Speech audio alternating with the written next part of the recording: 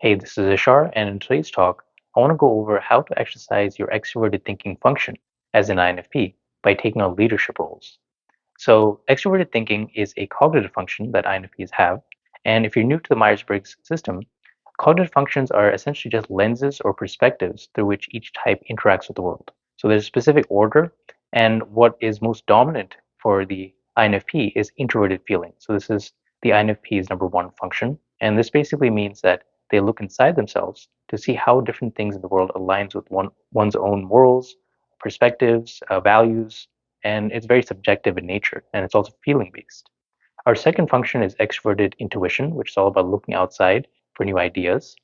Third function is introverted sensing, which is about taking in information and comparing it to a reference from the past. And then lastly, we have our inferior function, which is extroverted thinking, which is what we're going to focus on today, which is about looking outside oneself to see what needs to be done and then going forward. So this function of extroverted thinking, if you notice, is opposite of the introverted feeling function because it's an extroverted function as opposed to introverted function. And it is thinking based as opposed to feeling based, which is what INFPs feel very natural in, is really being attuned to their feelings.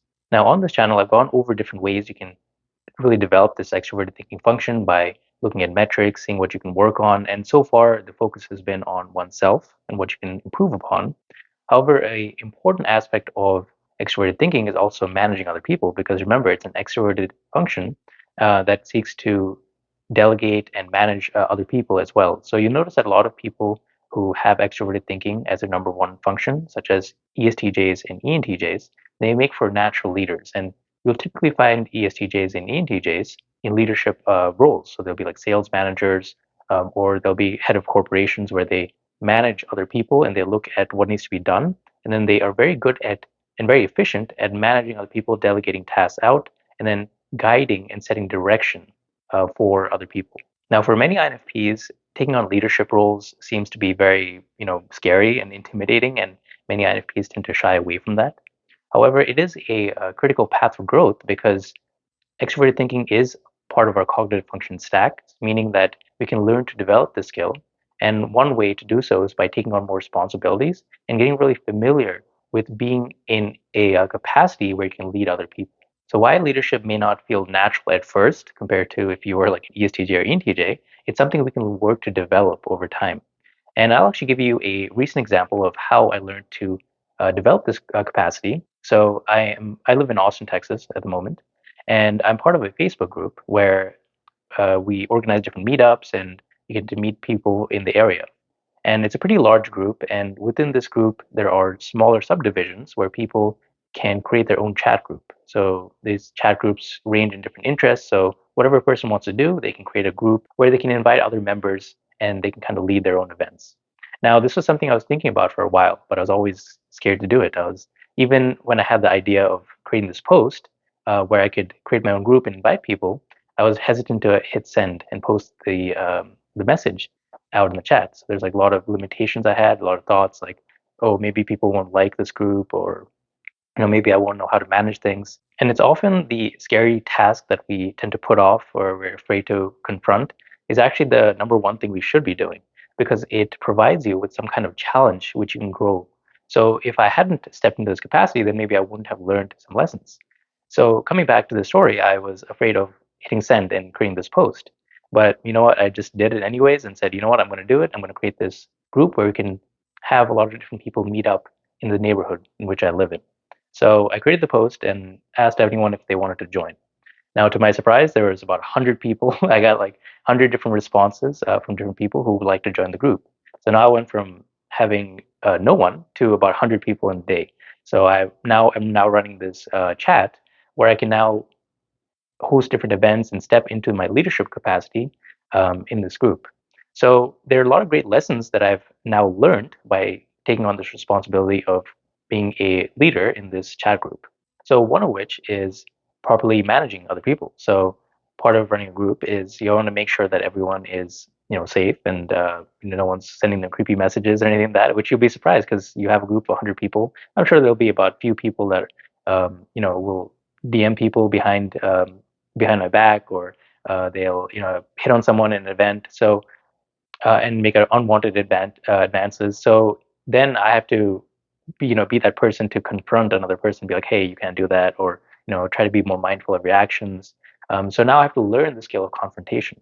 Now, as INFPs, we don't naturally confront people, but for ESTJs and ENTJs who have extroverted thinking as their number one function, they're very used to doing that.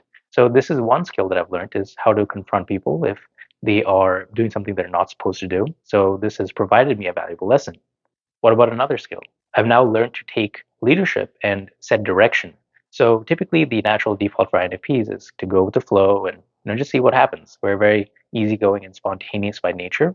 But by joining this group, now that I've created this group where we do meetups, I have to now create meetups. So I have to now set a plan. I have to set a time.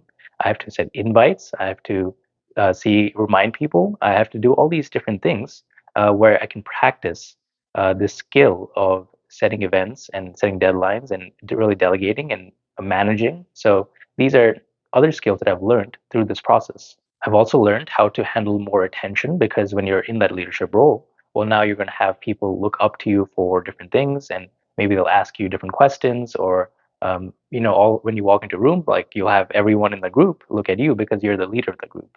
So if you've invited like 100 people in that group and you set up an event and 50 people show up, well, now 50 people are looking at you, right? And for a lot of INFPs who aren't used to the exposure, they might freak out. But this is a great lesson you can also learn. How do you handle all that attention? So just by stepping into this quality of extroverted thinking and taking on these leadership capacities, you can learn a lot of great lessons that you wouldn't have normally learned. Because if you stick to your comfort zone, which many INFPs do, you won't really grow in that aspect.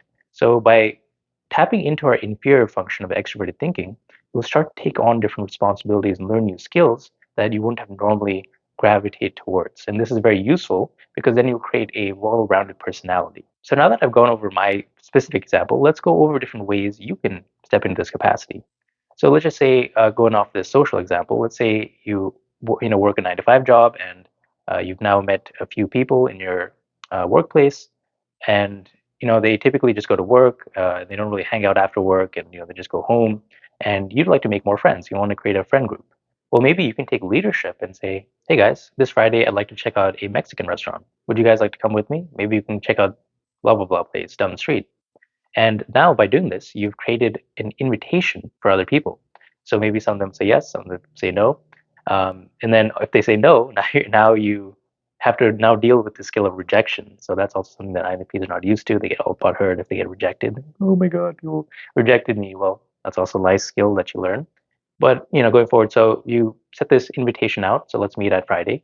Now you get everyone's numbers. Perhaps you create a group chat, and now you've created a little bubble where you're now taking on leadership responsibilities in your environment. So you've created a situation out of nothing. So otherwise, if you didn't do this, people would probably still be going to work, coming home, and they didn't really hang out after work. Well, now you're that person that has created this event, and maybe going forward, you can use your imagination as an INFP. Let's just say you do weekly meetups. So now you check out a Mexican place this week. Maybe next week you check out a brewery, something else, and now you've created a friend group or social circle out of nowhere. So how cool is that? So that's just one example of how you can do that in a social situation, but there are obviously other different iterations of how you can step into this quality of leadership. So now let's use another example. Let's just say you're into origami. So something very specific, right? Maybe you can create a YouTube channel where you teach people how to create origami. Maybe you can go to your local art and craft store and ask them, hey, I'd like to teach people origami. Could I come in here every Friday and set up a class here where I can teach other people? So you can be more proactive. So and origami is just one example, but you can clearly see how you can use these examples of stepping into leadership where you take on responsibilities. And number two, you're being proactive rather than responding to the environment, which is what a lot of INFPs do. So you can clearly learn the skills of being proactive and putting yourself out there. And number two, you learn other skills of, now that you have people, how do you manage people? How do you manage tasks? How do you manage deadlines? How do you deal with rejection? How do you become tougher? How do you deal with increased attention? I mean, these are just examples. How do you stay organized? So you can clearly see there's like tons and tons of things you can learn by taking on responsibilities and stepping into that leadership quality. Now, you don't have to do anything like just big right away. So let's just say you're, into art and you're selling paintings. You don't have to go from, teaching an art class of 5 people to all of a sudden, opening up a art gallery just like the next day. You have to go maybe a bit smaller and take it step by step, but just understand that there is an opportunity for you to grow and see how you can do that. So whatever you're doing right now, there's an improved version of that where you can take on more. And as a result, you're able to grow in your capacity because you can handle more. So your area of concern and area of circle increases in size. And in addition, you also grow as a person because you are now tapping into your entire personality according to the Myers-Briggs system. So I hope you found this helpful. And in the comments below, let me know what you're going to be working on and how you can step personally into a leadership capacity. Thank you.